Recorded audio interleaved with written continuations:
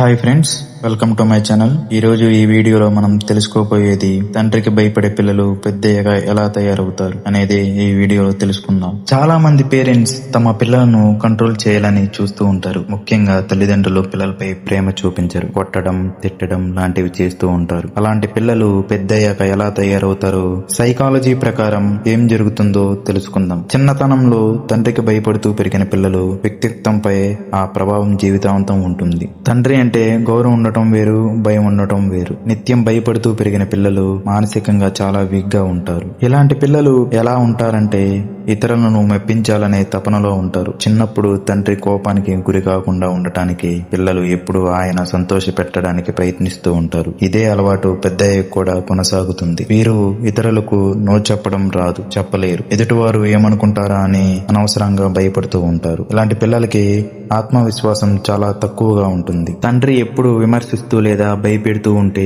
పిల్లలకు తమ సొంత నిర్ణయాల మీద నమ్మకం పోతుంది. నేను ఏది చెప్పినా ఏది చేసినా తప్పే అవుతుందేమో అని ఆందోళన వారికి వెంటాడుతూ ఉంటుంది. దీనివల్ల వారు కొత్త పనులు చేయడానికి, నాయకత్వం వహించడానికి వెనకాడుతూ ఉంటారు. ఇలాంటి పిల్లలకి అధికారం అంటే భయం.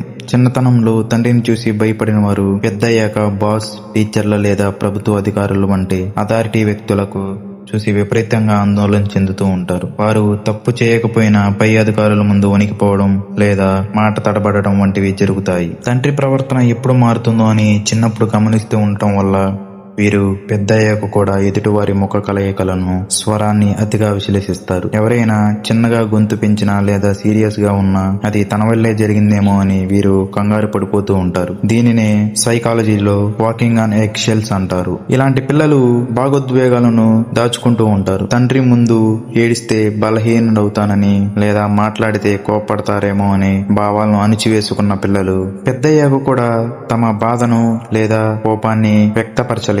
దీనివల్ల వారు మానసిక ఒత్తిడికి, డిప్రెషన్ కు లోనయ్యే అవకాశం ఉంటుంది. ఇలాంటి పిల్లలకి రిలేషన్షిప్ ఇష్యూస్ కూడా ఉంటాయి. వీరు తమ భాగస్వామితో మనసు విప్పి మాట్లాడలేరు. తండ్రి ప్రవర్తన వల్ల వీరికి పురుషుల పట్ల లేదా రిలేషన్షిప్స్ పట్ల ఒక రకమైన అపనమ్మకం ఏర్పడవచ్చు. కొందరు తమ తండ్రి లాంటి కఠినమైన స్వభావం ఉన్న భాగస్వామిని ఎంచుకుని మళ్ళీ అదే బాధను అనుభవిస్తూ ఉంటారు. వీరు పెద్దయ్యాక రెండు రకాలుగా మారే అవకాశం ఉంటుంది. వీళ్ళు ఎప్పుడు భయపడుతూ చెప్పింది చేసేవారిలా మిగిలిపోతారు. వీళ్ళు చిన్నప్పుడు అణిచివేసుకున్న కోపం అంతా పెద్దయ్యాక సమాజం మీద, తమ సొంత పిల్లల మీద చూపిస్తారు. ఫైనల్ గా తండ్రి పెంపకం కఠినంగా ఉన్నప్పుడు పిల్లల మెదడు ఎప్పుడు సర్వైవల్ మోడ్ లో ఉంటుంది. అయితే పెద్దయ్యాక కౌన్సిలింగ్ లేదా అవగాహన ద్వారా ఈ భావాల నుండి బయటపడడం సాధ్యమే. ఈ వీడియో మీకు నచ్చినట్లయితే లైక్ చేయండి, షేర్ చేయండి. ఇలాంటి మరిన్ని వీడియోస్ కోసం మన ఛానల్ ని సబ్స్క్రైబ్ చేయండి. Thank you for watching.